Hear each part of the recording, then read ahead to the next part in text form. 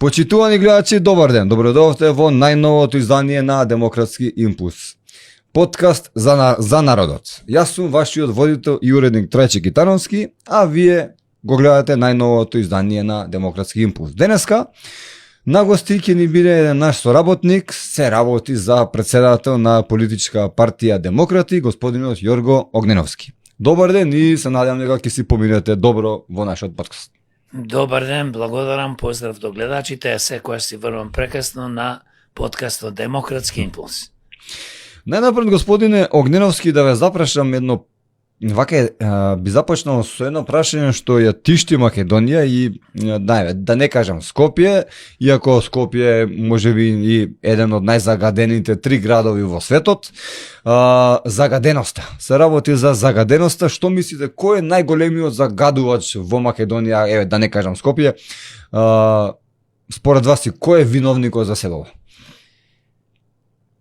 Најголемиот загадувач во Македонија, покрај Скопје, Битола, Тетово, Прилеп, Кавадарци, Струмица и другите градови, се политичарите и нивните политички структури.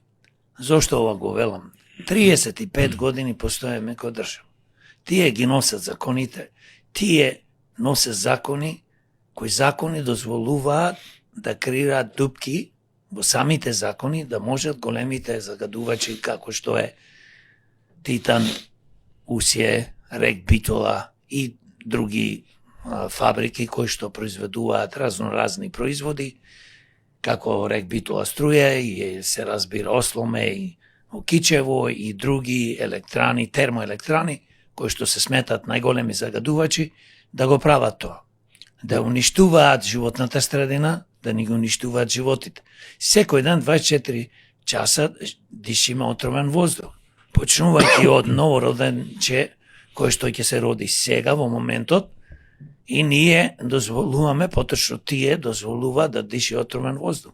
Замислите едно мало бебе кој што се раѓа сега и расти во ова, да речеме, загадување, што ќе биде после 5, 10, 15, 20 години со неговата плуќа и белодробни и така, и се разбира и сите други органи во организмот. Ова е невидено нешто, ние самите како возрастни го чувствуваме секојдневно и нормално сум загрижен премногу за здравието на сите и моето здравје. Но внимавајте, овие фабрики што ги спомнавте, што ги набревте, не загадуваат еден ден, 2 дена, 5 години.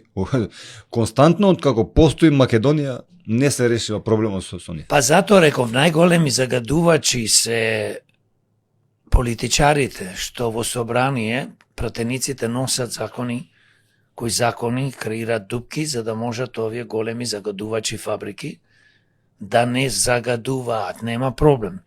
Значи, ние фактички проблемот јас го гледам во политичарите, во политичките партии.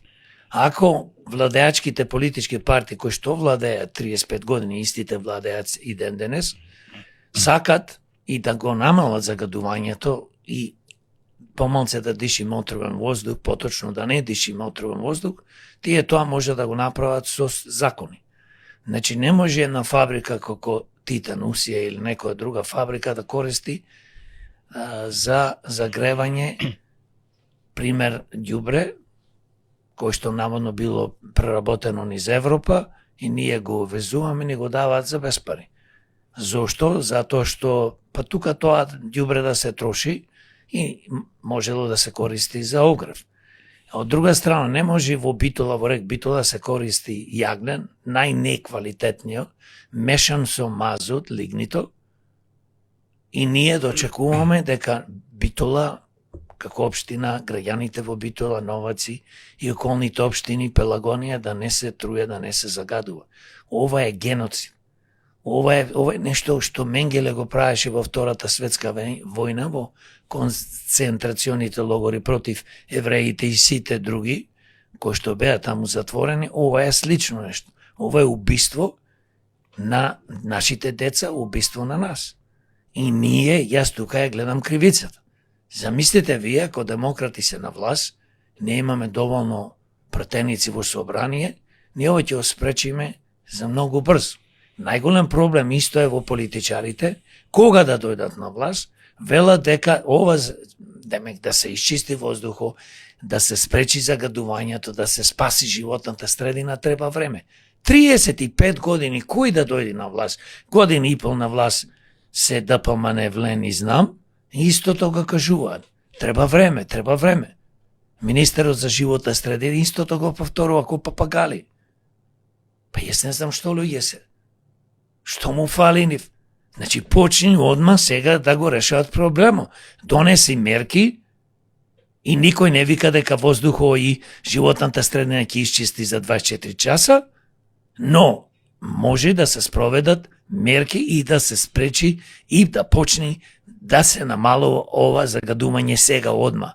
А не требало години ова да се направи и истата приказна, за жал, тие се за мене најголеми загадувачи. Инако нормално загадување имаме и од коли, имаме и од што се гори дрва, домаќинствата и од многу други фактори, но тоа не го сметам проблематично.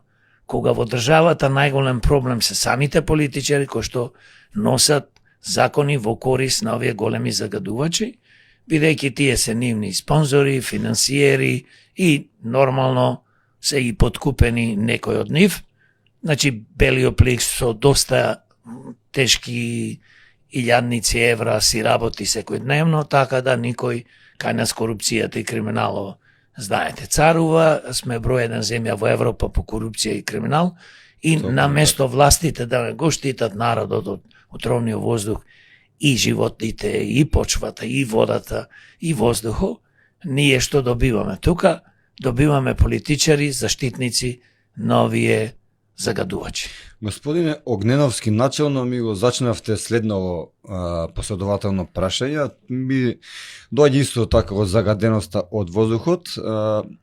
Велите СДСМ 7 години, па и ние гледавме како го важа впрочем македонскиот народ, дека ќе го решат проблемот со загаденоста, па и за 7 години може и значително да се реши ако се почне од првата година, но гледаме дека на тоа статус кво буквално ништо не се промени, а за овие година и пол, скоро е веќе 2, ВМРО ДПМН пак исто така ништо не презема околу себо. Што мислите, кој повеќе лаже? Како да? Исто лажат. Значи, двете политички структури, јас секогаш за жал морам да ги наречам, тие не се политички партии, беа порано политички партии, кои се формира, кои имаше почесни луѓе во партијата и со намера беше нормално да се направи нешто добро со Македонија и да му се помогне на народот, но за жал овие политички структури прераснаа во злосторнички здруженија. Нивните елити, политички елити, ништо друго не ги интересира освен тендери. Плачка невидена направено, како тие се побогатат и треба нормално, ја користам и приликата, јавното обвинителство и судовите, поготово јавното обвинителство, да го испита на секој човек, поготово политичарите, бившите функционери и сегашни, богатството. Значи, не може еден премиер како Мицковски во 2014 година, поточно 2014, да купи куќа, примерна, во Влае и не знам, не е ни битно во која населба, за 430 и 50.000 евра, а професор на факултет. Ние кога знаеме точно колку професорите, значи, заработуваат. Тоа е огромна сума на пари тогаш. Таа куќа, да не речем сега, вреди можда и милиони и така натаму, но тоа не е битно сега колку вреди. Битно е да се испита потеклото од премиерот и премиерите поранишни, и председателите, и функционерите, и поточно кажано на секој граѓанин од каде му е толку големо богатство. Не стои се фали дека има во часовници 50-60 илјади евра вредност и да не зборувам метнички слики. Тоа се пари. Тие не можеш пари да ги купиш со професорска плата на факултет, на машински, на електрофакултет, на кој да е факултет. И да работиш и да заработуваш и 5.000 евра, пак тоа не можеш да го направиш. Бидејќи денес како се скапи цените и порано, секојаш кај нас храната и производите се скапи, струјат и така натаму. Си штедел човекот? си штедал точно, да, и татко нешто му потврлил вероvatno, фамилијата и така натаму. Но не е битно тоа. Еве и така нека е. Значи треба во собрание итно да се донеси закон за потекло на името, на имотот и ако не можат луѓето да го докажат потеклото на имотот, од каде им е, тогаш треба да се одземи и кривично да бидат прогонувани. Тоа е за секој. Политичар, не политичар, поготово за политичарите. Посебно да се испита. Видовме дека поранешната градоначалничка на Скопје, Данела Арсовска, поднесе неколку кривични пријави против Усие, еден од најголемите загадувачи што го кажавте, и тоа е така, но некако споро оди сето тоа во системот, не знам зошто и како. Градоначалничката сегашна што доаѓа од редовите на ВМРО да помене на кисела вода, пак токму таму во Усие сади дрва. Мена све трече. Види, поднесено е градоначалничката Данела поднесе пред 3 години кривична пријава против Титану Усие, цементарата, и ништо не е направено, затоа што во фиока ги чуваат тие пријави. За жал и градоначалничката не успеа, покрај што беше градоначалничка на Скопје Данела, да го истурка тој, зборувам, тој случај и се гледа и со случај што беше пред да замине од градоначалничка позиција, пред 3-4 месеци почна од борба против криминалот, против мафијата и така натаму. Дивоградбите, да. Дивоградбите кои што ги градеа со дозвола сами на градоначалникот Ганију Меджити порано и така натаму, кој што сега е поново градоначалник, Чаирчан и Браво го наградија повторно истиот човек кој што му го уништи градот Чаир и општината. Така си оди кај нас, така и во Битола, така и во други градови, бидејќи има една мала група на гласачи, доволно 30%, излегуваат и се слепи послушници на овие политички партии, се разбира. Партии кои што, пак ќе речам, не се поќе партии, тоа се злостонички здруженија кои што за жал не уништуваат.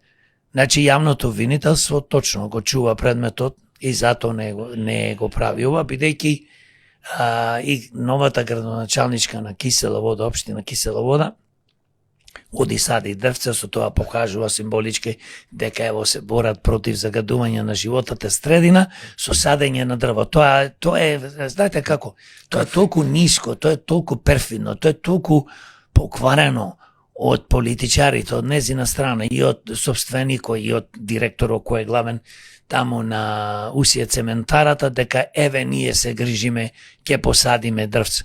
Па да посадиме и 100 милиони дрвца, нема да се спречи загадувањето ако ти не го спречиш изворот на загадување, поточно загадувачите како Усие. Или како рек Битола и како цементара. Секој што загадува може да биде поголема фабрика, може да биде помала фабрика. Тоа е исто како да има школа на улица, автобуси, камиони, коли уствари, кои што нон-стоп загадуваат и гледаш понекој ќе видиш школа кој што им чади цела улица и ја блокира. Не можеш пред тебе да видиш, значи од чад, од издувни гасови. Значи ние мора да го спречиме Уси. Ние како демократи се бориме, еве денес доаѓаме од протестот што го организира граѓанско здружение. И нормално како политичка партија Демократи, јас како председател со група на граѓани отидовме да го поддржиме протесто и секош велам заеднички да се здружиме сите независно партии, независно граѓански здружение, да се бориме против загадувањето, бидејќи нема никогаш да успееме ако ние како граѓани, како народ не се здружиме. Нема врска повеќе. Јас сум од политичка партија, јас сум граѓанско здружение. Ни граѓански здруженија може да го решат овој проблем, ни политички партии може да го решат овој проблем. Ако сака да го решат, мора заедно сите. Имаше ли масовност? Па имаше, што знам, околу можда 300 души, но тоа е катастрофа, бидејќи требаше да има 20-30 илјади. Значи Скопје ни спијат и изгледа добро е кога, еве, и јас живам во Скопје, живам во Битола, нормално се движам низ Македонија, значи мене страф ме фаќа кој ќе помислам прво за децата. Децата замисли новороденчина, па до деца од 5, 2, 10 години и така натаму, млади луѓе, па и возрастни и се разбира старите, сите сме изложени на овај отровен воздух. Нормално, Скопје како град, како општи, има 10 општини, Битола и други градови се претворени во гасни комори. И ние мора да се избориме. Нема врска тука од која политичка партија припаѓаш, нација, вера. Значи, отровниот воздух убива. Додека тоа не го сватиме, а политичарите тоа не го сваќаат затоа што, пак кажав, од големите загадувачи, тие се финансирани на еден начин, нивните политички и криминални структури се финансирани и секојаш работат во интерес на големиот капитал, на големите фирми. Нив не ги интересира народо, не дека јас тоа го кажувам. 35 години на дела тоа ги имаат покажано, значи дозволуваат да не трујат. Така. Владата го воведува Safe City.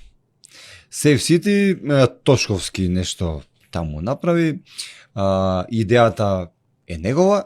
Што мислите вие, дали ни требаше еден ваков Safe City или можеби не ви се допаѓа, не знам, начинот на кој што се воведува, вела дека е дозволено да се вози до 50 км на час, малку народот се побуни за таја прак на толеранција и веќе во текот на вчерашниот ден министерот излезе и кажа дека ќе се казнува од 57. Значи, кој ќе вози од 57 па нагоре, ќе биде казнет. Што мислите вие за село? Па види, Safe City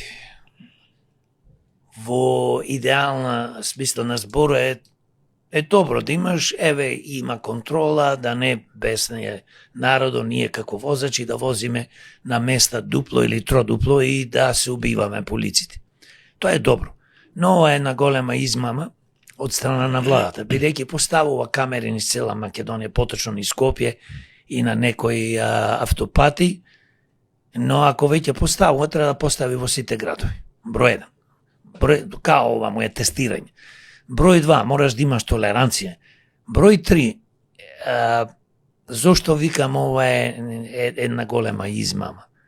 Со ова покажува дека се грижат за народот, дека се бориме да нема толку сообраќајки, да не гинат луѓето, да нема материјална и човечка штета и така натаму. Но, за жал, ова го прават од причина што можат повеќе да соберат пари во буџетот. Бидејќи ние во Македонија немаме економија, ние имаме нула економија.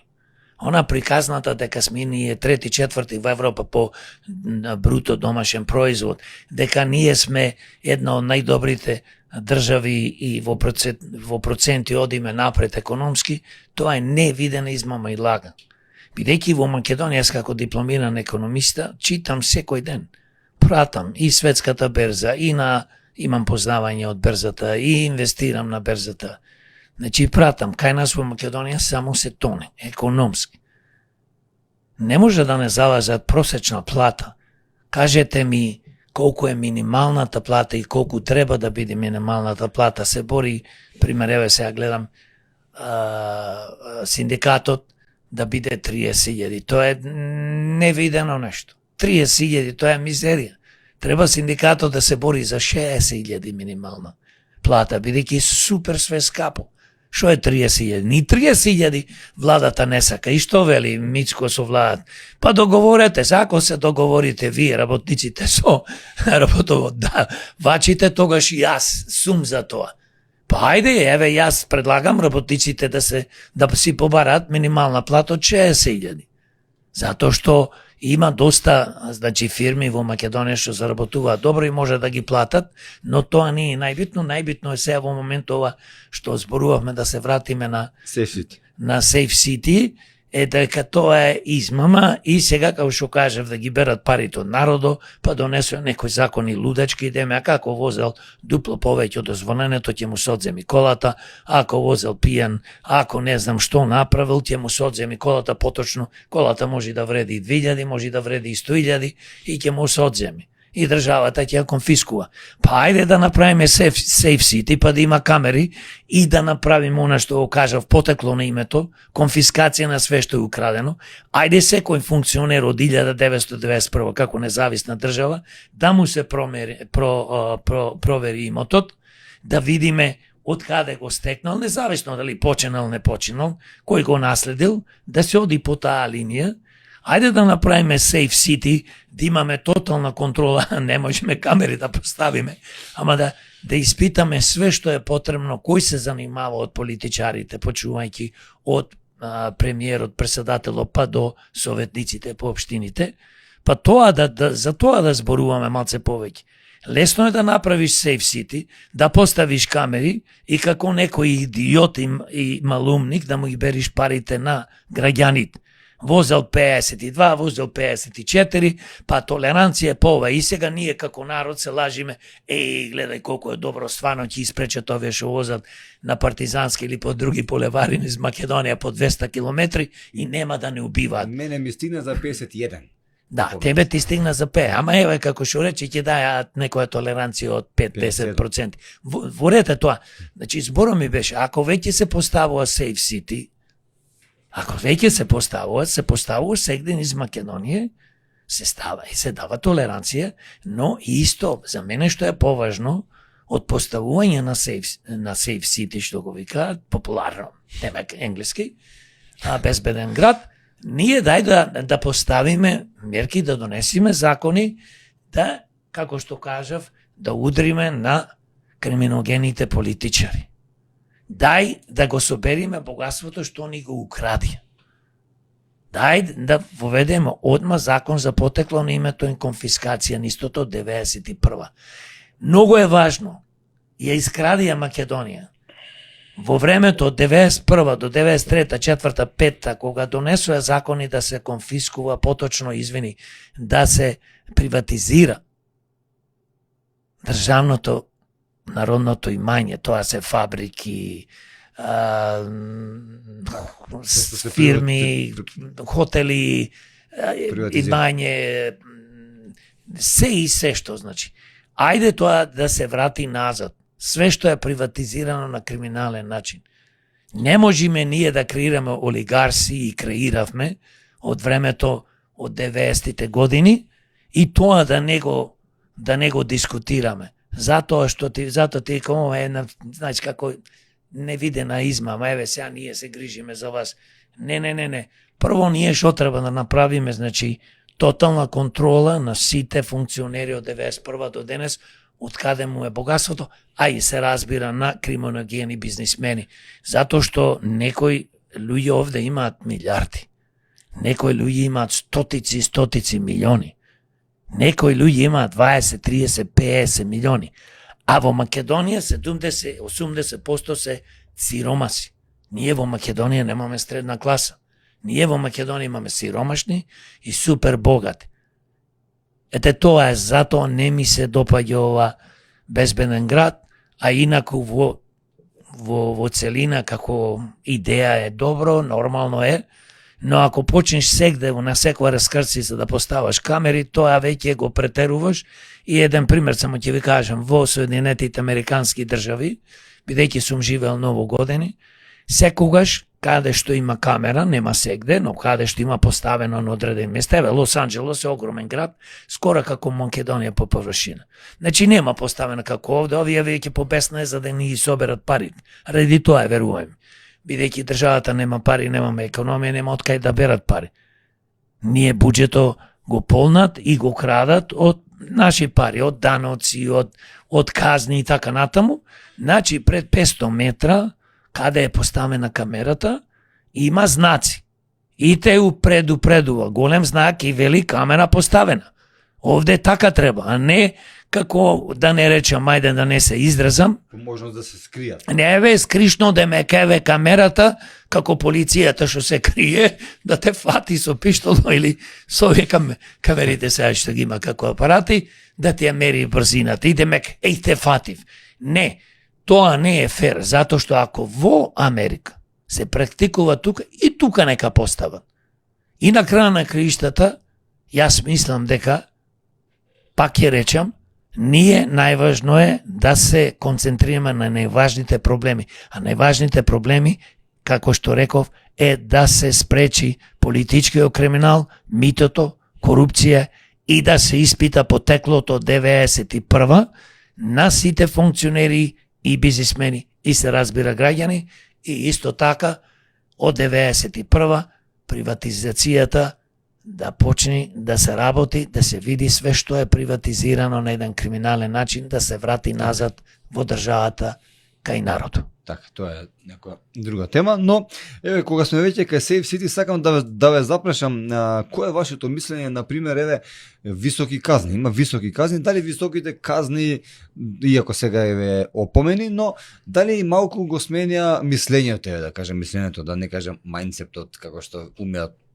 многумина кај нас да прокоментират на луѓето за да дали нешто ги промени за да ја намалат брзината, за да не се вози веќе така лудо и незаборавно како што имали, дали се намали бројот на жртви на пример? Види, немам статистички податоци дали се намалил број на жртвите, но нормално луѓето како ајде да речеме луѓе, паметни луѓе кои што не возеле никош премногу брзо, тие ќе возат и да нема камери по прописи, повеќето луѓе, тука има исклучоци кои што возат неверојатно брзо. Например, го пати случајаме на автопато 120 возил 240. И така натаму и обратно на улицот 50 возел 120. Има такви случаи, но за тоа не можеш ти да го чуваш цел народ во заробеништво. Да, пак ќе речем, мора државата да реагира, да контролира. Јас не сум против да се контролира брзината, не сум против да се контролира, значи, дали човек ќе помине на црвено или жолто или зелено светло и така натаму, но на начин како се изведува, значи. Не сум против, затоа што постави камери сегде и нормално, види, возиш 50. И сега имаш 5-7% повеќе, можеш да возиш, ајде речено 53. Ако возиш 54, се случи некој ќе разминиш некој така на. И пак сум на истото тврдење дека ако веќе се поставаат камери, како во Америка, да има на 500 метра, на 300 метра предупредување дека има камери. Не дека ние ќе почнеме тоаш по полека да возиме и да ме кеве се открива замката, туку напротив, тоа е еден демократски начин и да не предупредите да кажеш, дечки, ние ги поставиме камери, не да ве казнуваме да ги опразниме джепо, ќе видиш кој ќе почне од февруари први да се применува, илјадници казни секој ден ќе фрчат низ Скопските улици. Значи ќе биде страшно и дури системот ќе блокира, не ќе може и да функционира. Али пак ќе кажам, сум за закон во државата да владее, нека се постават камери на одредени места, не да се претерува и нека се постават табли, поточно предупредување каде има камери. Зошто тоа го прават во Америка? Не сака државата на еден безобразен, еден као еве те фативме, туку сака да ти дај порака и да те подсети дека да ти укаже точно што рече, ако возиш повеќе, значи има камери, каде, ако нова, еве, пазиш, на другата ќе те фатат. Така да, некако, да не биде ова нешто кој што сака да не ги зема парите или да ги зема парите на сиромашните граѓани. Бидејќи многу луѓе се сиромашни, возат коли и пак ќе кажам од февруари ќе видиш какви незадоволства ќе се појават. Илјадници, првиот ден колку имаше преку 100.000 казни? Тогаш и мене да. Првиот ден со 51. Добро да е со 51, не знам луѓе ги фатели со 52, со 53, но независно од тоа, најважно по моје мислење, ние треба да бидеме фер држава. Казните да не ни бидат начин на собирање пари. Казните треба да ни бидат начин да направиме некоја поука за граѓаните.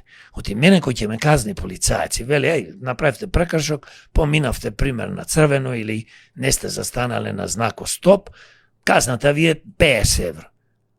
Јас се заблагодарувам и велам, благодарам што, знаеш, ми укажавте, извинете, јас погрешив. И одам си ја плаќам казната. Така. И после тоа размислувам, пази малце, значи казната треба да биде ради тоа.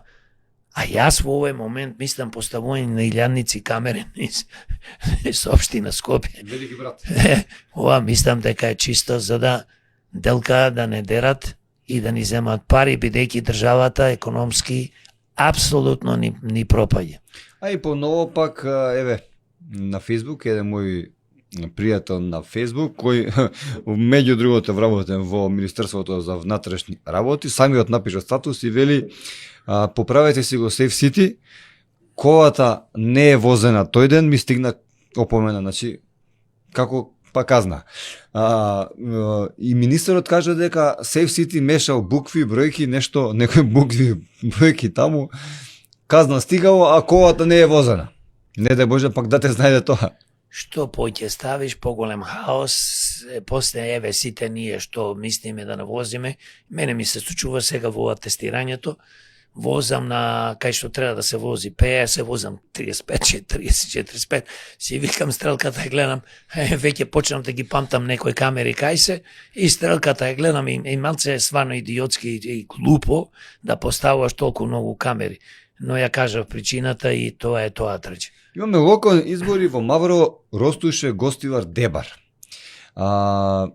Локални кои се одложени поради неизлезност. Дали ќе учествувате, иако бевте фактички покрадени, така народски кажано да кажам, што мислите вие? Па види, не знам, немаме уште одлучено во тие општини, треба да имаш добар кандидат да учествуваш, не е само да учествуваш. Работиме на тоа, размислуваме и сигурно ако имаме добри кандидати ќе учествуваме на изборите за советници, но за жал тие општини луѓето се незадоволни и доста луѓе се иселени. Затоа нема доволно излезеност, има голема поделба и за жал многу луѓе не излегуваат на гласање што се незадоволни, апатични се, депресивни и викат дека ништо не може да се промени. Тоа не е точно. Ја секогаш велам, излезете, гласајте. Не е нормално, ако сте незадоволни од досегашните политички структури, нивните советници и градоначалници, не гласајте за нив. Има партија како демократи, излезете, гласајте за демократи. Затоа што ние никош нема да промениме ако ние, поточно честите луѓе, седиме дома бидејќи сме револтирани и као ништо нема да се промени ако излезам. Како нема да се промени? Ако дојдат нови луѓе, нови политички структури, ако дојдат демократи на власт, ако ни ја дадете довербата да имаме повеќе советници, градоначалници и пратеници, тогаш работите ќе се променат.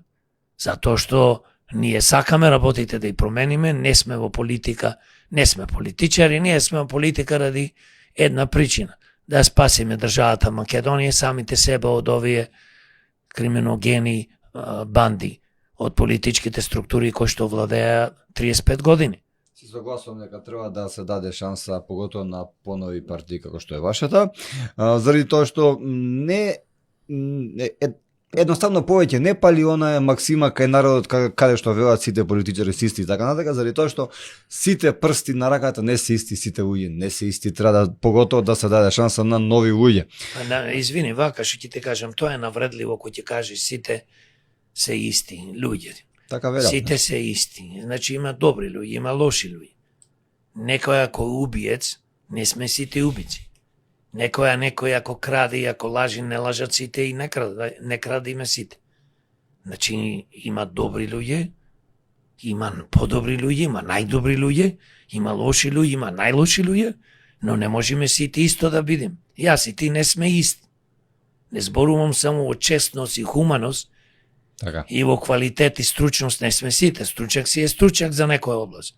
Не може врвен, да речеме, стручак во кој да е област, дали е медицина, образование, дали е во, да речеме, економија, право, да кажеме сите адвокати се исти, сите суди се исти. Не се сите суди и адвокати исти, не се сите јавни обвинители. Ние знаеме дека има суди и криминалци, но јас верувам дека повеќето суди не се криминалци. Само едно што му замерувам на тие суди што се честни, што не ги пријавуваат овие криминогени колеги, нивни суди. Исто и за јавното обвинителство, исто и во полицијата. Све нешто као го знам, овај се занимава со мито, не е квалитетен, не е криминалец, а е судија. Па пријави го, бе, човече. пријави го, а можда и си мислат нема каде да го пријавиме, затоа што ако го пријавиме негде е подржан од овие криминални политички структури кои што, им одговара нивните пријатели суди баш да не бидат поштени, затоа што ако е судството честно и поштено, ќе ги затвори сите овие што се скоро на власт. Дали продолжува партизацијата на оваа наша Република Македонија? Би ве запрашал, најнов случај е тоа што Тетовската болница, вработените во Тетовската болница, кои се впрочем по договор на дело, обвинија дека на најновиот конкурс за вработување биле партиски некои си луѓе вработени што не ги ниту познаваат, а не луѓе што работат со години таму. Продолжува ли впрочем партизацијата преку Тетовската болница на Мала Врата? Не само што продолжува, таа никогаш не престанала. Значи, ние најголема штета во Македонија е вработувањето партиско. Ние што како демократи ги викаме тие политички криминални вработувања. Тоа е уништува нашата држава, тоа уништува нашата економија, тоа уништува нашето здравство, образование, економија, сегде. Значи ти вработуваш луѓе кои што не се квалификувани. Тоа е исто кој да вработиш во хирургија или гинекологија, или не е битно во кој оддел во здравството, најнеквалитетни лекари, медицински сестри, кои што купиле дипломи учени не доучени, и одиш таму да се лечиш. Колку луѓе ќе умираат, статистички зборувам, колку луѓе нема да бидат излечени, колку луѓе биле болни, можеле да се спасат, бидејќи нема кој да ги лечи како треба, се креира уште поопасна ситуација, тие луѓе со текот на времето стануваат поболни. Верувај ми, а тоа ти го знаеш, дека ние во Македонија мора да спречиме овие политички, така изгледа као нешто наивно политички вработување, партизација на институциите. Тоа е тежок криминал. Треба да се донеси закон, човече, да биде тој вработувањето да се исфрли. И секое политичко, партиско вработување, што викам криминално вработување, да биде осудено.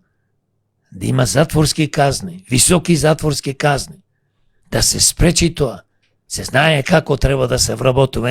Единствен услов за вработување е професионалноста, стручноста, искуството, а не ајде ќе правиме као што предлагаат некој како Али, ќе правиме коалиција само со тие што ќе го вметнат балансерот. Што е балансерот демек? Ајде ќе имаме толку македонци, толку албанци, толку власти, толку турци во јавните администрации. А таму, пример ќе земам во некоја јавна администрација, можда нема квалитетни македонци, нема што да се запослат. Не може по националност, по вера, по религија, некоја си правична застапено што ја туркат сега, ова власт. Нема да биде балансер, па ќе биде некоја правична застапено закон ќе се носи. А ова е лудница овде. Трајче, за жал, ние Македонија по полека несигурно ја уништуваме со тие партиски, политички, ја што викам криминални вработувања. Тоа не веруваме на големо злосторство. Замисли, дали би ти сакал да се лечиш кај лекар или некој во автобус да те вози, бидејќи е партиски вработен, а појма нема ни добар шофере, ни добар лекар е да те лечи. Па да изгинеме. Па ќе изгинеме по патиштата. А ваму ќе те умри тој лекар или ќе те влечка, како што се случува во здравството, веќе ни е тотално уништено. Па колку луѓе гледате што ни се случува низ Македонија, како ни умираат, почувајќи од најтешко болните во канцер и онкологија, па завршувајќи до еден грип ќе те фати, на настинка ќе те фати, ќе ти искомплицира, ти ќе свршиш работа, затоа што ти дал погрешен лек или не те третирал за вистинските проблеми. Дали последниот брат, заради тоа што имаме неколку прашања од нашите гледачи, би сакал да прочитаме едно од тие, а вели дали последниот бран на поскапување и месечната инфлација од 4% значат дека македонците полека стануваат најсиромашната нација на Европа. Ние сме повеќе години најсиромашна нација во Европа. Да ти кажам зашто? Затоа што повеќе од 100.000 пензионери денес земаат пример околу 20.000 денари пензија. 20.000 денари пензија, никој со тие пари не може да живее број еден. Дека минималната плата е 24.300. Имаме 100.000 луѓе кои што земаат минимална плата. Да не зборувам дека имаме луѓе невработени, 20-30%, ако велат дека си 11 или не знам колку невработени. И кажи ми ти со минимална плата од 24.300 додиш секој ден 5 дена на работа или како што се продавници по 6 дена, по 8 часови, душа да ти излези од работа и да земаш 24.300, а што велам, тие се платени за да не одат на работа. Оти ти ако одиш на работа, не само што киниш чели, нешто треба таму да трошиш за јадење и за облека, како ти, кажи ми, на 24.300, си извинувам, ќе живееш, не можеш ни да преживуваш, јас не знам како живеат, да, преживуваат, ама како преживуваат, јас не, многу луѓе имам прашано. И никој не ми објаснува конкретно. Тешко ми е, знаеш, од 20 се снајдуваме, како тешко кога за струја ќе ти дојди 5, 10, 15.000 месечно да потрошиш струја. На парно, ако се грееш, зависи од стано, може да ти биде од 1.500, 2.000 до 3.000, 4.000 месечно, секој 12 месеци. Да не зборувам за други трошоци што имаме. Значи, едно одење на лекар во приватна болница. Еве, јас сум одам, пример, речеме, во приватни, не одам во државно. Еден преглед е 3.500. После ќе ти дај некој лекчина, ако ти дај лекчина 3.000, 2.000, 5.000, ти не се на приоритетна листа. Така да кој може да се лечи во приватни болници, луѓе само што имаат пари. А ова другото, ние луѓето што немаме пари, зборувам, не се ставам јас во нив што немам, ама сакам во множина да го кажам, луѓето што немаат пари, тие како живеат? Значи, ние во Македонија пропаѓаме, пропаѓаме над длабока црна дупка од која што, ако продолжиме вака, и ако гласачите, нивни, не нашите, ако нивните гласачи излегуваат и гласат за овие криминогени структури, кои што 35 години не уништуваат, а нашите гласачи, гледам дома си седат, мислејќи дека демократи ќе победи на овие избори и ние ќе имаме наредни, не знам кога ќе бидат изборите за парламентарните избори, дека ќе имаме многу пратеници, се лажат. Треба да излезе овој народ и да гласа за честни луѓе како што се демократи. Само така ќе промениме работите. Нема повеќе оправдување. Не може, аме исти се сите, ми е гајле, јас веќе сум нервозен, не сакам за никој ме разочара и така, стално некој оправдување. Извини. Но навистина можно е да те разочараат исти луѓе ако гласаш. Те Мурто, те Курто, но треба нешто да се промени за да дојдат нови луѓе, не? Затоа велам да се гласајте за демократите, еве на порака на сите му пуштам, затоа што една работа ја кажувам, ама секогаш. Ние сме честни, ние не сме политичари, ние сме принудени да се занимаваме со политика, бидејќи свативме нема кој ова работа да ја промени во Македонија. Нема кој да креира подобра економија, здравство, образование, живота средна. Зошто? Затоа што 35 години овие што владеат го имаат докажано од ДПМН, од ДСДС, од ДУИ, нивните полтронски привезоци, сега новите наводно партии кои што сме на адреса овлени, знам. Па тоа се све луѓе кои што цел живот такво зло имаат нанесено на Македонија, на економијата и на сите области од живењето и на народот, што до утре можам да зборувам за секој еден поединечно и да ги именувам по име и на партии и така натаму, што јас велам сега се злосторнички издруженија, не се партии. Значи, страшно ова ни се случува. Затоа треба ние да сватиме дека Македонија тони. Цените растат астрономски секој ден. Јас зборувам со луѓе, сиромашни луѓе, Пак ќе кажам, на рабона сиромаштија, од вај што преживуваат и што не се исхранети, и добиваат болести, и стресови, и луѓе умираат од огромна сиромаштија, боти сиромаштијата е полоша од болест, бе човече. Секој ден размислуваш како да живееш, да преживееш. И автоматски ти се разболуваш, тоа е стрес невиден. Како утре ќе плати струја? Како ќе купиш за децата млеко? И сега многу фамилии не купуваат млеко. Чајче без шеќер. Лепче и маргарино на наефтино, што може да те убие. И то од оној белиот леп што не е квалитетен. Значи, луѓето немаат пари, оди во продавница, купи леп, некој тонус или не знам кој каков леп, по-квалитетен.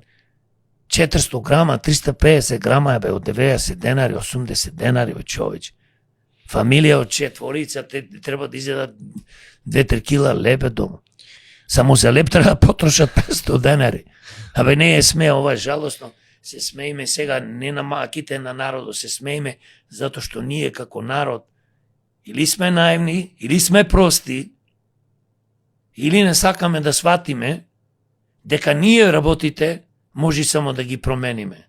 Со тоа што ќе престаниме да кукаме, ќе престаниме да се жалиме и ќе престаниме да викаме дека сите се исти и ќе одиме и ќе најдиме политичка структура, партија како демократи и луѓе како демократи, честни, ќе гласаме за нив и една за секојаш да се променат работите од корен.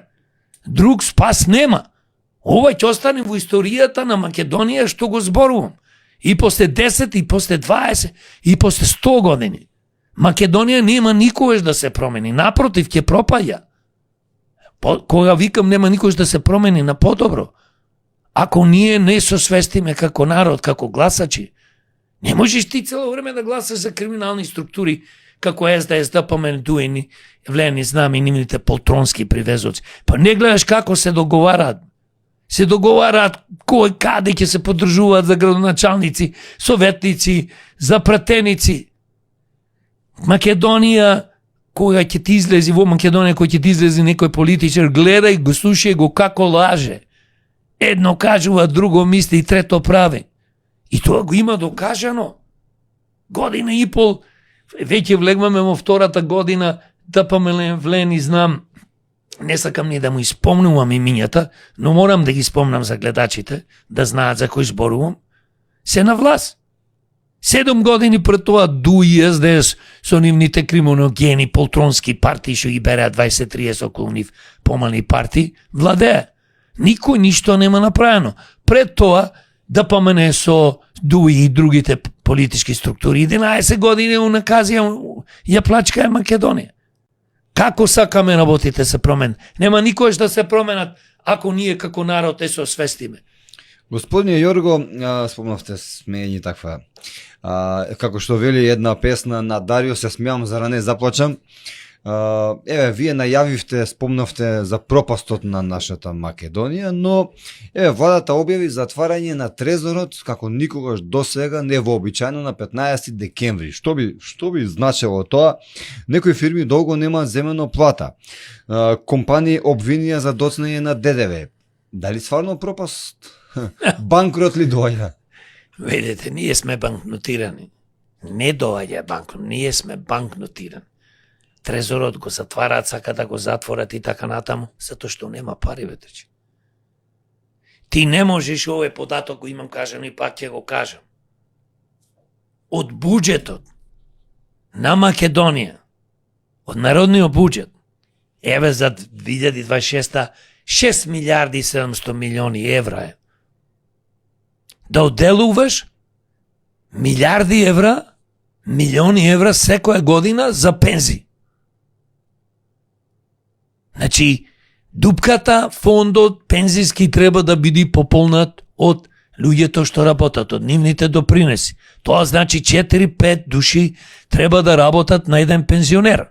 Кај нас имаме повеќе од 330.000 пензионери, а имаме 600-700.000 вработени премен. И повеќето од нив земаат ниски плати. Ние немаме минимална плата 1000 евра, па на 1000 евра, знаете, 50% се одделува за здравството, за пензиите. давачките.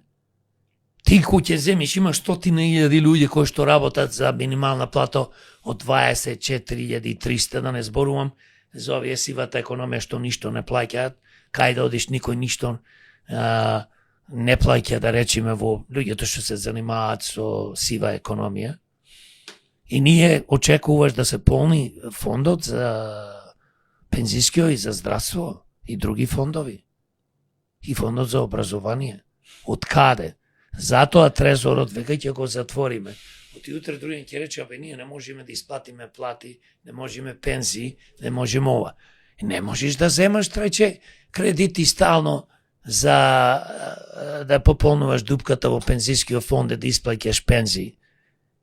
Од светот, од и банките и државите ќе те прашат зошто ти се еднаш, два пати, три пати. Не гледаш во каков долг сме влезени. Не само ние, нашите деца, внуци и парафнуци ќе ги отплаќат. Не можеш ти да земаш кредит и да отплаќаш долг од предходниот. Значи ние веќе, пак ќе кажам, дека сме во длабока економска криза, банкнотирани сме како држава.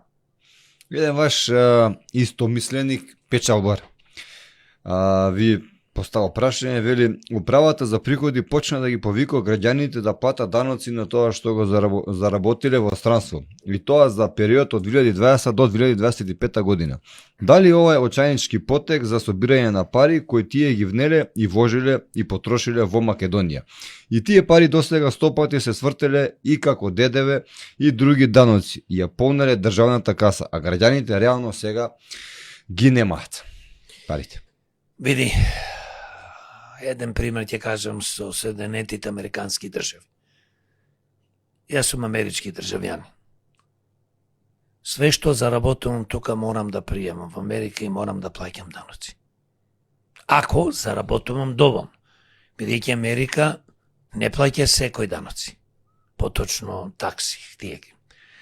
Тоа значи дека ако имате вие $20,000 годишно примање, не плаќате ништо. Треба, бидејќи таму даночувањето е на ставки. Ако имаш, пример, 100,000 евра годишно, ќе то даноча. И не то даночуваат на тие 100,000 евра. Значи почнуваат од 25,000 до 35,000 на тие 10,000 помеѓу 25 до 35,000, тоа дачунуваат 5% и 10%. И оди до 100,000 и така натаму. И стигнува до 250,000. После 250,000, све што ќе заработиш на 250,000, си оданочен со 39,7%. Кај нас, не знам, не сум информиран дали има закон да се оданочуваат луѓето што работат во странство. Ако има закон, тогаш законот вели толку и толку на толку заработувачка. Ако е така, треба да се оданочуваат. Значи, независно ако си државјанин на Македонија и работиш во Германија, Франција, и каде и да било, и се враќаш овде да живееш, тоа е друго. Да заминиш од тука и да не се вратиш 20, 30, 40 години, си живеел таму. Тоа е друга приказна. Не знам за тоа точно како е законот, но сепак тој што ги заработува парите во странство, ако привремено работел. Тука е проблемот. Не го знам добро законот, не го имам прочитано, не можам да коментирам, но пак ќе кажам, ако се иселил од државата, тоа е друга приказна. Веќе тој живее во друга држава, тогаш немаш да го оданочуваш. Така. Но, пак ќе кажам, зависи од законот и ако мене ме прашаш како закон треба да донесиме, тоа би ти рекол дека треба да се оданочуваат овие привремено што работат во странство со една символична цена, бидејќи, символична процент, бидејќи ние тие луѓе ги избркавме да работат. Знаеш дека секој 3 месеци од Македонија одат луѓе да работат во Германија. Страшна работа. Бидејќи Европската унија ти дозволува 90 дена да седиш во Европската унија, ако не си европеец, и да излезиш 90 дена. И така си прават. Еве зборувам чисто за Германија, имам информација. И тие луѓе одат тамо, заработуваат, пример, не е битно колку заработуваат, и тука доаѓаат там. Треба да се оданочуваат, ама е на символична цена. мислам процент, затоа што ние ги избркавме тие луѓе.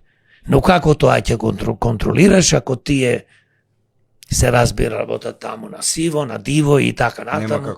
Нема како да го контролираш тоа, така да ова е жалосно што се случува и сега на луѓето му ги барат парите, пак велам. Пак да му ги земат. Пак да му ги земат нормално, но закон си е закон, законот треба да се поштува, каков е таков е, ако не чини треба да го менува. Господине Огненовски, вие сте дипломиран економист, како што спомнавте. А каква беше оваа година за нашата Република Македонија на економски план, политички, социјален и надворешен секако? Каква беше годината, посакувам никојаш да не се повтори. Секоја година велиме Секоја година полошо и полошо. Ова година беше полоша од претходната и претходната. Значи ние 35 години тониме. Не е ова да критикувам само. Го гледам практично. Како ќе биде годината? Ево се ќе кажам. Во ниедна област од општественото живење, почувајќи од економијата, здравството, образованието, животната страна, спортот, културата, ние немаме напредок. Велат пензите се зголемува, 1000, 2000, 5000 денари. Велат дека платите намално се зголемува, не се зголемуваат. Просечна плата, тоа е најголема измама, кога власта ја кажува. Не треба да кажува просечна плата. Треба точно да ни каже колку илјади граѓани во Македонија земаат минимална. Колку илјади граѓани земаат помеѓу 25 до 28-30 илјади и така натаму и така натаму. Колку точно пензионери земаат до 20 минимална пензија, пример зборувам, колку земаат од 20 до 23, 25, колку земаат 50, колку 70. Точно да се знае. Просечна плата е најголема измама, бидејќи секој месец вика 300 денари, 200 денари се зголемила. На кој му се зголемила? На капиталистите што земаат, на олигарсите што земаат огромни плати, што имаат своји фирми. Пример, еве да јас имам фабрика, земам да речеме годишно 5 милиони, 10 милиони евра профит, нет профит, газда сум сам, и сега јас моите 10 милиони, или, пример, ако земам милион месечно плата, тие се ретки луѓе, тогаш ги делам со илјадници од овие што земат 24-300. И велиме, колко е мини просечната плата? По просечната плата е 46.000. Значи, тоа е нешто што не треба да се прави, но тоа се прави за да се покажи прогрес во економија. Ние немаме прогрес. Нека ни е стрејкнова нова година. Но другата да ни биде уште пострејкна, затоа што нас ако продолжиме вака, а пак ќе кажам, јас се борам како човек, како председател на демократи и како демократ за сиромасите. И да имаме средна класа. Не се борам ја за супер богаташи. Тие имат доволно, нив не му треба помош. Но јас се борам и за економијата, и за големите фирми, и за средните, и за малите, ситните фирми. За сите, да одат напред, да си ги заработуваат парите на еден чесен, поштен начин, а не со криминали. Кај не знаеш кај има само економија? Државата. Државата е најголем работодавач во Македонија. Најголем работодавач. Све оди на тендери. А не треба да е така. Не треба така да биде. Државата не треба да биде најголем работодавач, не треба да има во државата 150-200 илјади вработени човече. Јавна треба приватни фирми да отвараме. Треба да експлодира, а исто да имаме и државни фирми. Јас немам против, нека имаме шавина, приватни фирми државни, како што имаме приватно здравство, државно здравство. Зошто не е проблем? Нека имаме сите електрани во Македонија треба да бидат на државата, на народот. И други важни индустрии. Ние не можеме железницата, поштата да ја приватизираме, како овие што сакаат. Не гледате, Евана ја продадоа на аустријска фирма. Тие парите ги берат, струјата оди нагоре, а ако беше тоа на државата, на народот, Евана и сите електроцентрали што произведуваат струја, и така треба да биде, И на крајо, нека земи државата, нека го откупи дело, нека откупи Евана назад. И нека биде државно, нека почне нека гради државни електроцентрали. Може и во соработки со некој приватен капитал, јавно-приватно партнерство, но секојаш државата да биде во проценти поголем собственик, за да може да ја контролира и цената, и производството, и вработувањето. Малку дававте една анализа околу економијата на нашата држава, но еве сега би сакал да ве запрашам за политичката партија Демократичи, што вие сте председател. Како ја оценувате оваа година што изминува за вашата политичка партија?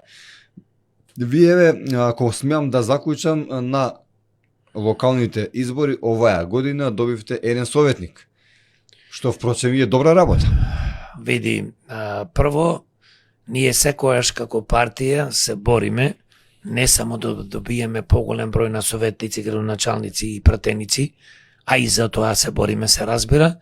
Најважно ние како партија да се избориме против политичкиот криминал, митото, корупцијата во оваа држава и да имаме правични закони. Закони кои што ќе бидат добри за државата, добри за народот, добри за бизнис, добри за животната средина, образование и здравство и така натаму. Ние не сме партија само да дојдеме на власт, да оплачкаме државата како што прават овие идиотски партии или да си ги вработиме нашите политички, да речем истомисленици, членови и подржувачи. Ние единствено се формиравме за да направиме нешто добро, да креираме врвна економија, поточно да креираме една функционална држава и правна. Без тоа нема напредок, трече.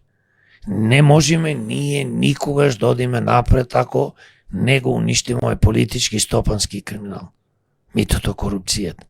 Ние никогаш нема да одиме напред ако немаме чисто судство, јавно обвинителство, полиција, а не да биде криминална полицијата, судството, јавното обвинителство и наводно да има населението доверба во судството 2%. Тоа е страмота. Не е дека е стварно 2%, но тоа се зборува во контекст на на гнев или политички настап на одредени политички партии.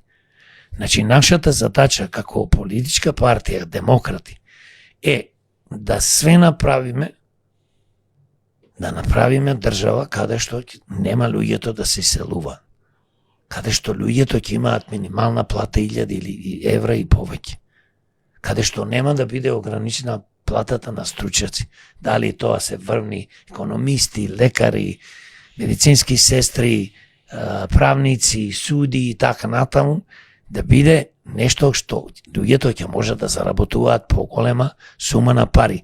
А да не зборувам да направиме држава, што велам, за па и постарите, значи луѓе кои што ќе имаат и домови, ќе имаат високи пензии, да бидејќи ако имаш економија ќе може повеќе да се делува пари во фондот. И исто и за здравството, исто и за животната средина. И се разбира за образованието. Инфраструктура секако ни треба да имаме врвна.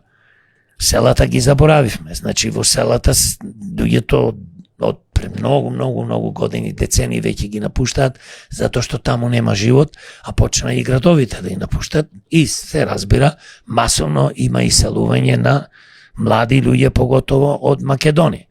Значи тоа све ние треба да го спречиме, а да го спречиме ти не можеш да спречиш некој иселување на младите со приказни.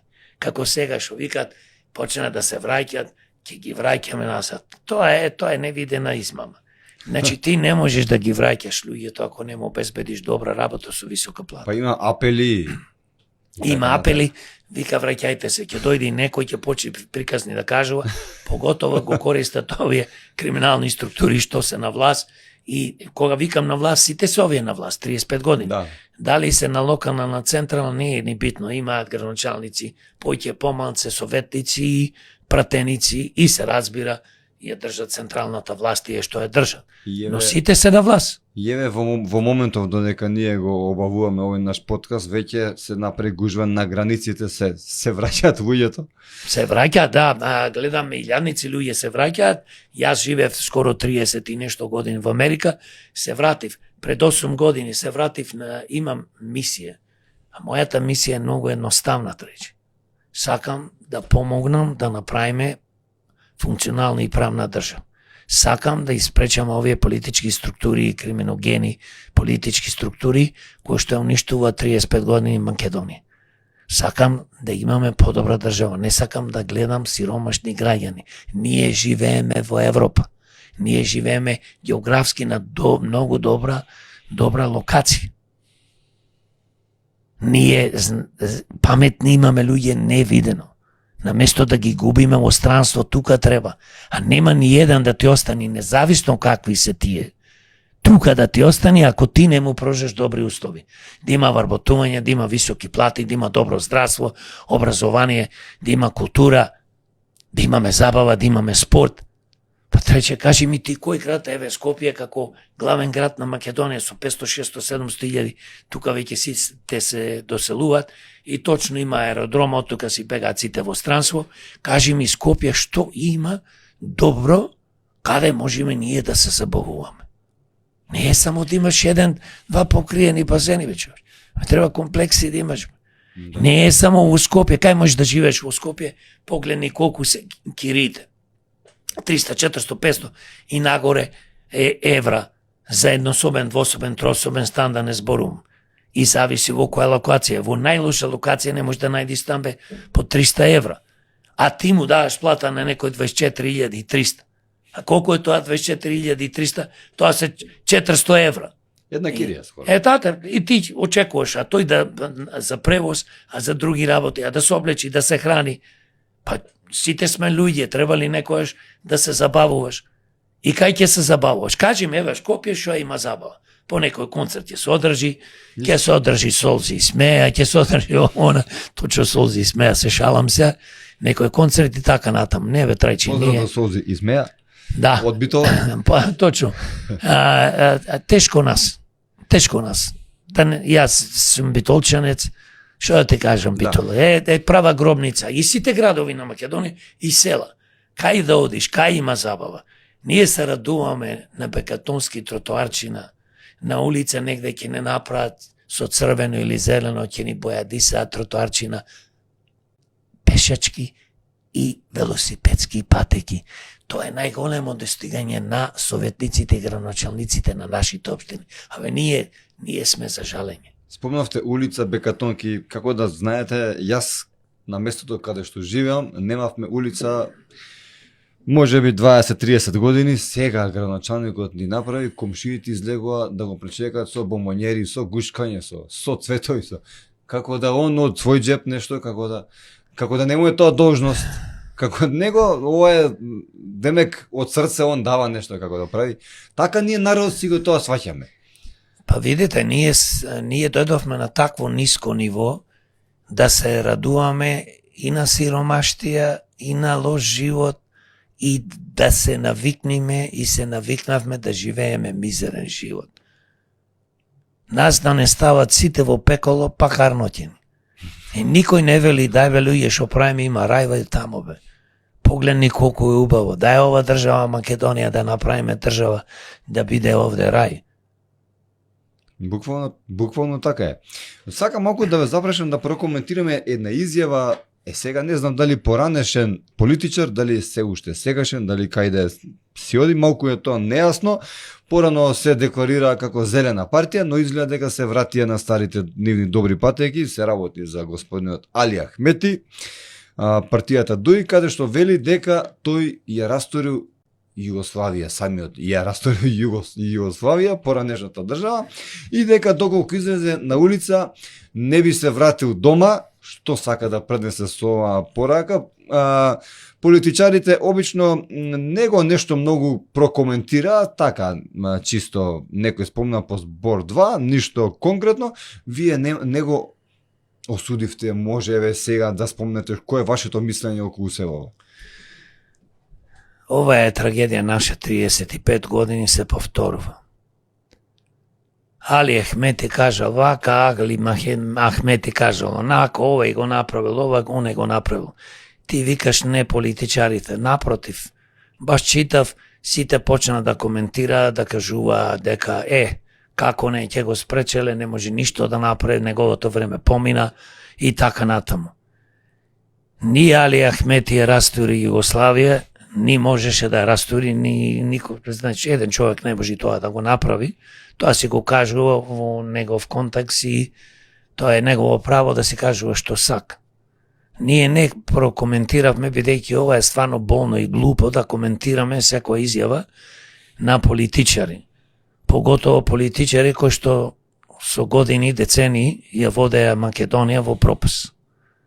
Ние немаме време за тоа.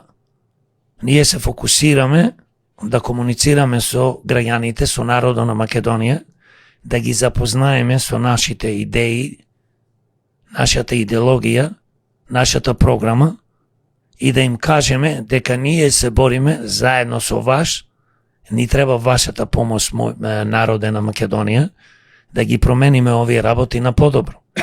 Луѓето како Али Ахмети нормално сакаат цел живот да бидат на власт и не е логично да бидеш цел живот на власт, но кај нас за жал, како што каже улицата кај тебе отворија, поставија бекатонски тротоари и асфалтира после 30 години и го пречекаја. Бидејќи тие луѓе се радуваат на мали работи. Ние треба да се радуваме кога ќе се отвори нека огромна фабрика, кога ќе се отвори огромна болница, кога ќе се отворат огромни, да речеме, асфалтни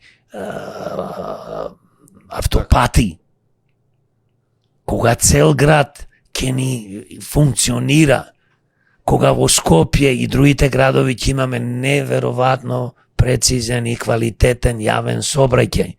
На место да возиме со коли, и јас ми е преку глава да возам со коли, во сообраќај да влегувам, и мене поарно ми е, ако има повеќе автобуси, да има повеќе линии, не само да има на главните булевари линии, туку и да скршнуваат лево-десно за луѓето да доаѓаат поблиску, бидејќи не секој може да пешечи 1 километар или 500 метра. Па немаме видено некој политичар во автобуси да се... Па види, немате видено и нема да видите, бидејќи овие имаат многу пари, така да ги користат колите на кога се на власт, се разбира, Со джипови си одат. на државата и на шоферите и од понеделник до понеделник.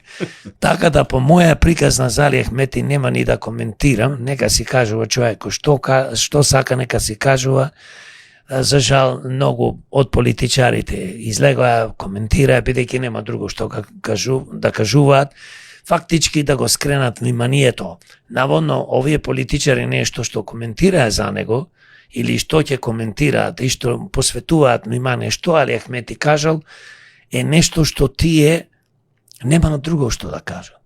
Ние како демократи, јас како председател на политичката партија Демократи, не се занимавам со Али Ахмети.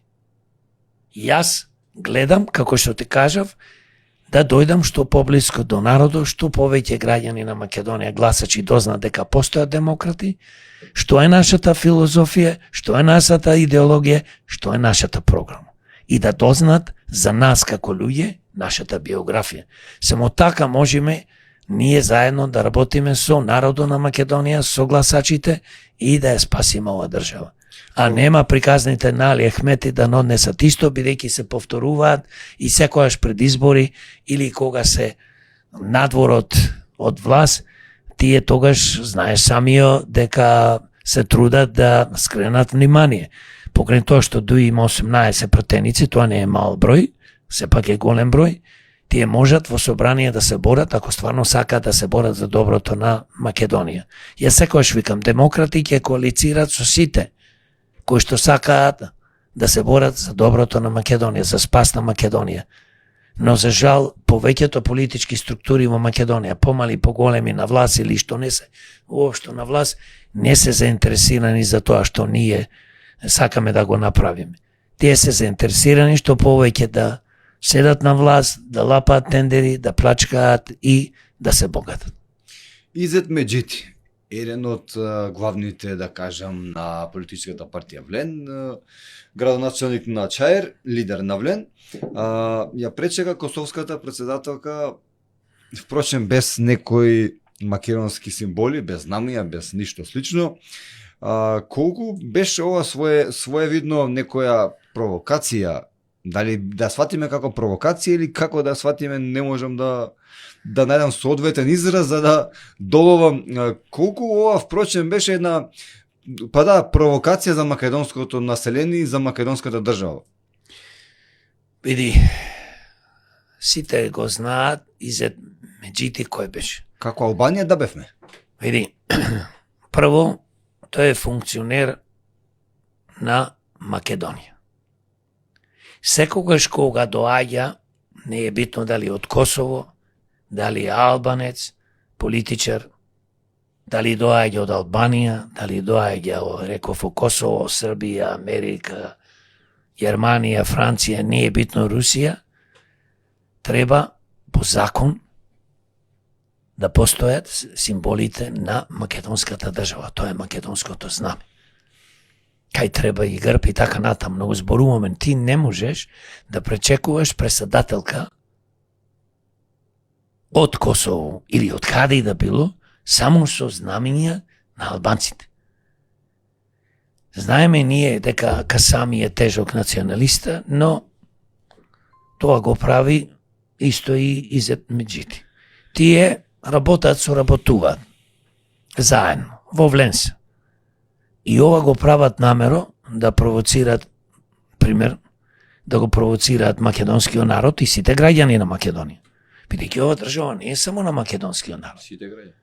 На сите граѓани. Тука имаме турци, власи, бошњаци, имаме роми, имаме торбеши, срби, хрвати кои што се државјани на Република Македонија. И треба да сватиме на работ. Ова држава е на сите, вклучувајќи и албанците. И затоа секогаш не е битно дали доаѓа од Албанија, дали албански политичар или друг политичар, не смее да се дозволи. И ние дадовме изјава за тоа. Треба тој човек Изет Меджити кривично да се прогонува. Бидејќи ДПМН е на власт, има е коалиционен партнер, имаат доволен број на пратеници, се плашат да не изгубат властот и ако се скарат може да се повлечи од власта и ќе му падне, ќе нема 61 пратеник или ќе имаат заедно со знам. Значи, доволно има да кажи да помане ако е права македонска патриотска партија, што не е, тие под името на тие се патриотска партија, со тоа под тоа име добиваат гласови, го лажат народот, ги лажат гласачите, за да можат да доаѓаат на власт и да плачкат државата. Да наплачкат сите нас. Но таа иста председателка на Косово не е прв пат да направи некоја си, дури ова не е нешто многу големо за разлика од што направи на аеродромот со пиштолите, со нејзиното обезбедување со гаши беше тогаш. Па види, таа председателка во соработка со нашите албански политичари сака да провоцира Македонија, македонскиот народ и македонските граѓани, и тоа не е добро.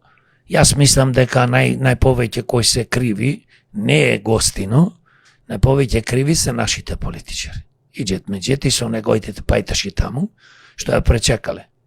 Значи не сме никогаш повеќе ова да се повтори. Затоа што ова ако се повторува е директна закана за Македонија, за народот на Македонија и за македонскиот народ се разбира, затоа што јасна порака ти опатува, слушај, јас сум, тој е сега градоначалник на Чаир, а беше министер за животна средина, катастрофален министер, беше 20 години главен и беше повеќе пати градоначалник исто на Чаир. Чаир го накази, но јас не му сум крив на Ирче ништо го гласае него и пак стана градоначалник. Тоа е нивен проблем.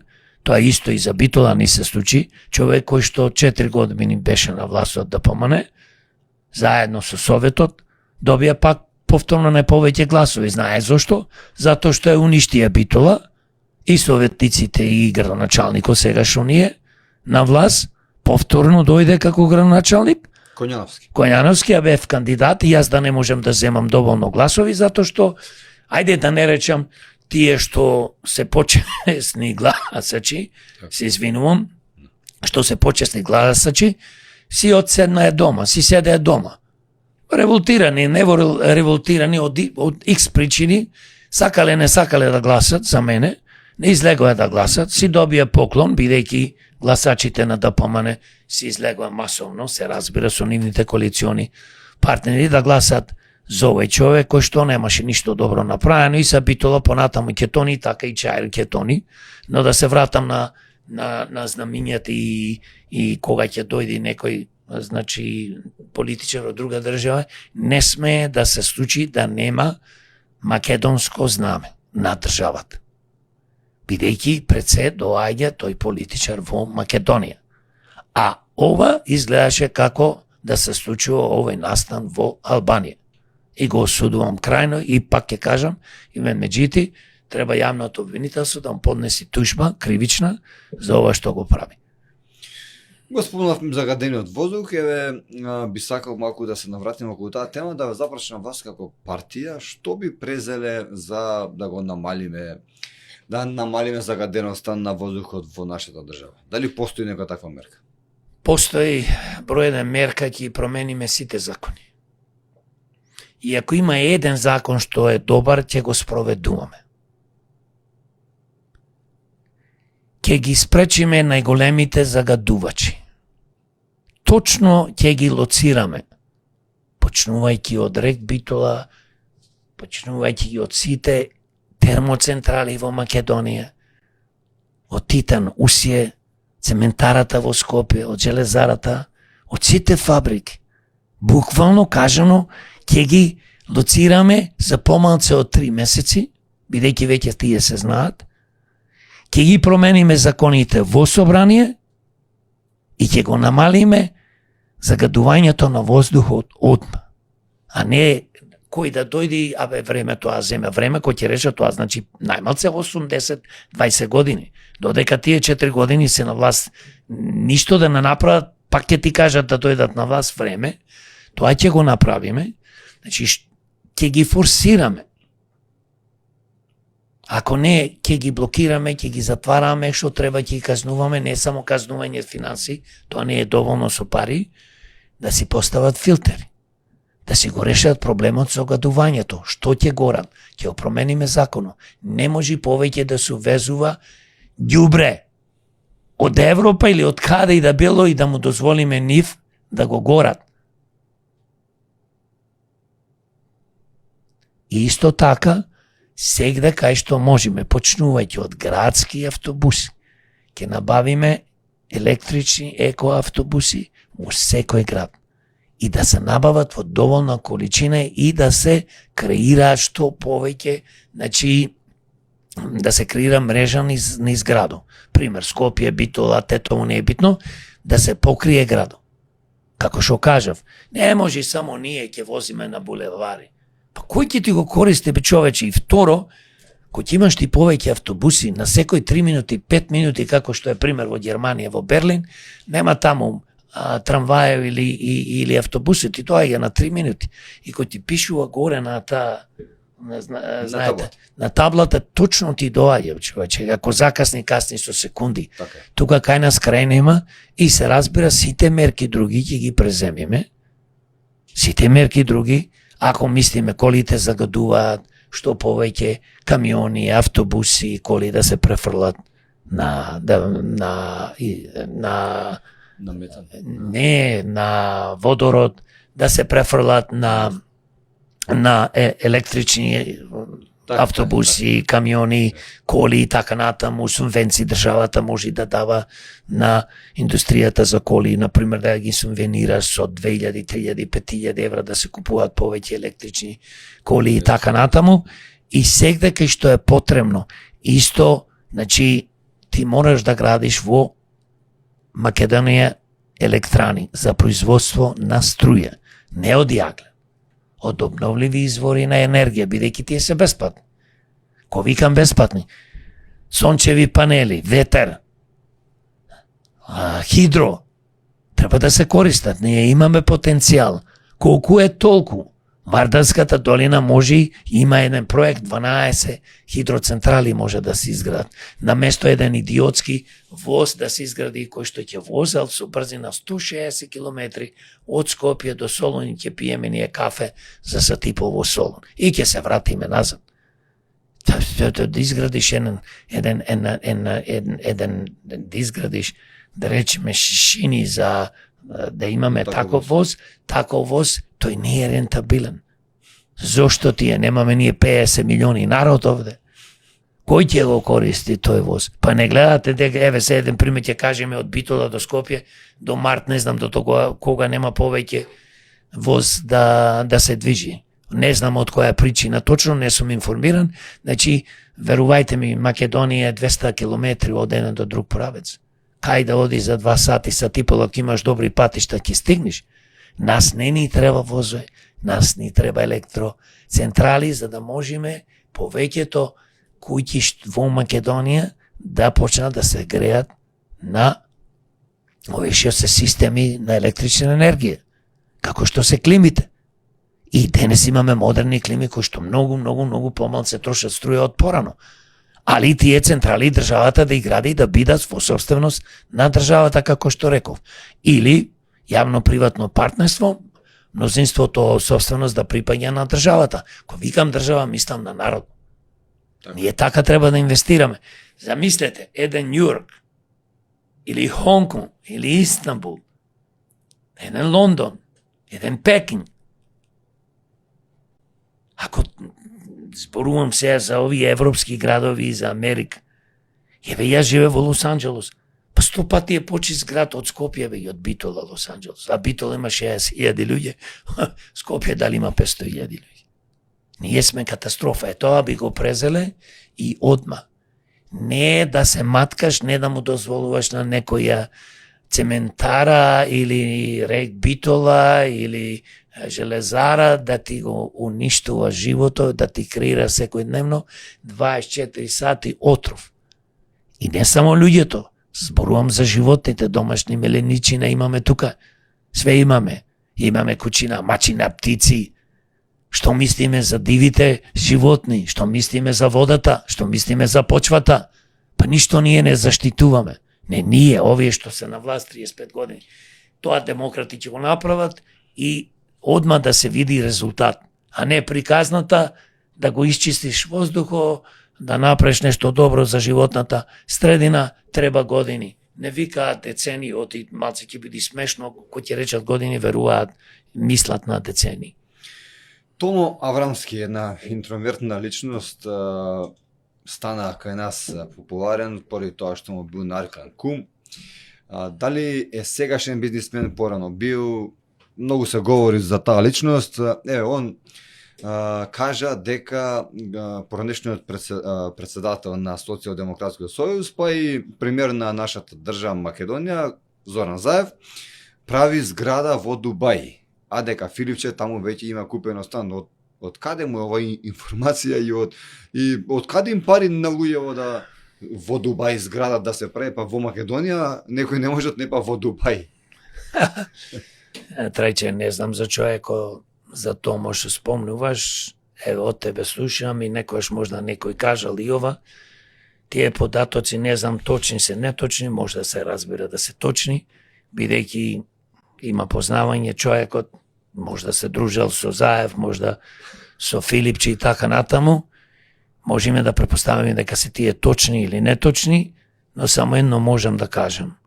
Да гради зграда на од 44 спрата во Дубај, треба да имаш многу пари. Ние знаеме дека Заев парите не ги направи од чушки и од што продаваше во Београд, чушки френки и љубеници. Горни Милановец. Како ги вика тамо во љубениците во Струмица. Карпузи, така. Карпузи, добро. Фала ти за помош. Ние знаеме дека тие пари не се направени од таму. Све е направено од политика. Политиката е најдобра гранка, ако си нечесен и ако сакаш да се збогатиш и да крадеш пари. Тоа што значи? Секој буџет, секоја година, дали е 5 милиарди, дали е 6 или 7, се одделува, државата одделува за одржување на државата. Одделува пари за општините. И самите општини, замислите Битола, општината, ќе има 40 нешто милиони евра буџет. Скопје има преку 100 милиони буџет, секоја година. Колку имаме 80 општини? 80 плюс Скопје, 81 општина. Тоа се пари. Колку се тоа пари? Еве, некои помали селски општини може да имате 500.000, може да имате милиони, така натаму.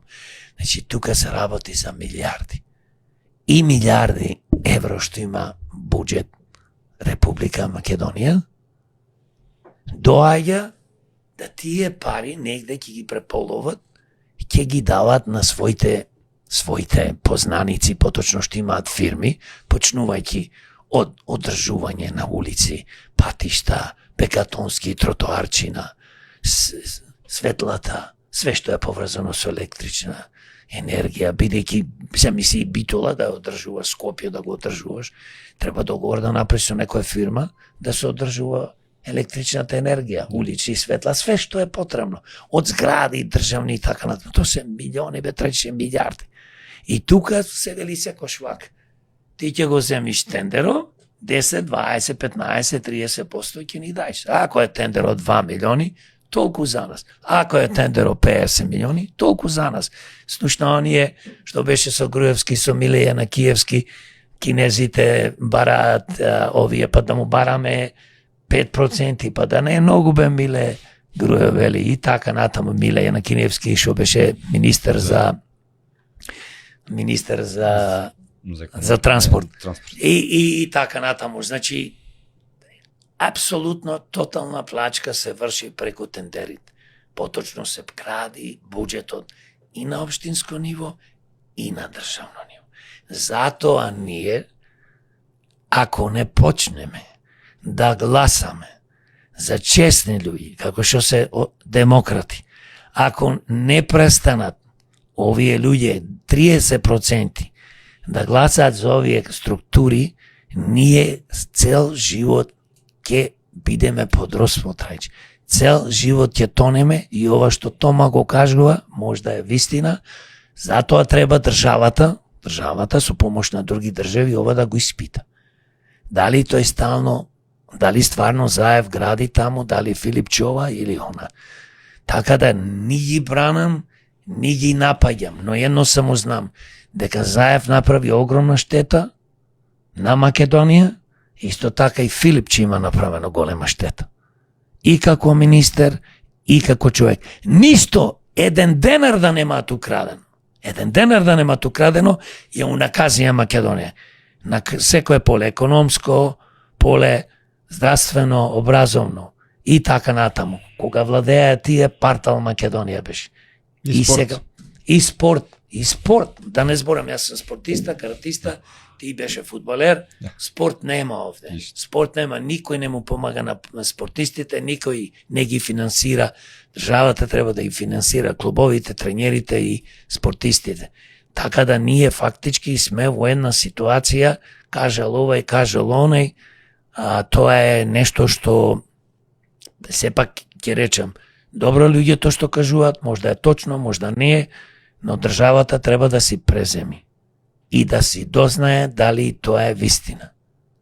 И тогаш може да реагира и да види од кај се овие пари, бидејќи, пак ќе кажам, не се прави зграда во Дубај од продавање пиперки и љубеници во Београд и во Србија. Се гради и се прави од крадење многу пари од буџетот, поточно народни пари на Македонија. Прашање од наш гледач, вели граѓанин и поддржувач, граѓанин на Битола и поддржувач на претседателот Јорго Огненовски. Зошто со децении водачките партии се обвинуваат секој ден дека се криминални партии и дека секојдневните нивни Политички елити и партиски соработници не плячкаат преку тендери на секој возможен начин. И исто така нивните политички елити се тешки криминалци кои уништуваат Македонија и народот, а јавното обвинителство не презема ништо да ги докаже нивните обвинувања. Еве едно директно прашање, така остро малце до вас. Па види, прво зошто се обвинуваат? Тие нема друго што да кажат. 30 и нешто години истото го прават.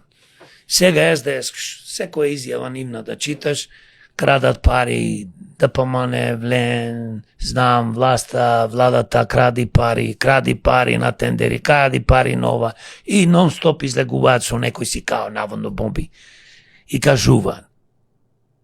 Затоа што тие сакаат да дојдат на власт и најдобро да го убедат народот гласачите е да кажат тие крадат и да го скренат вниманието од нив. Кои се тие како луѓе, што направиле досега?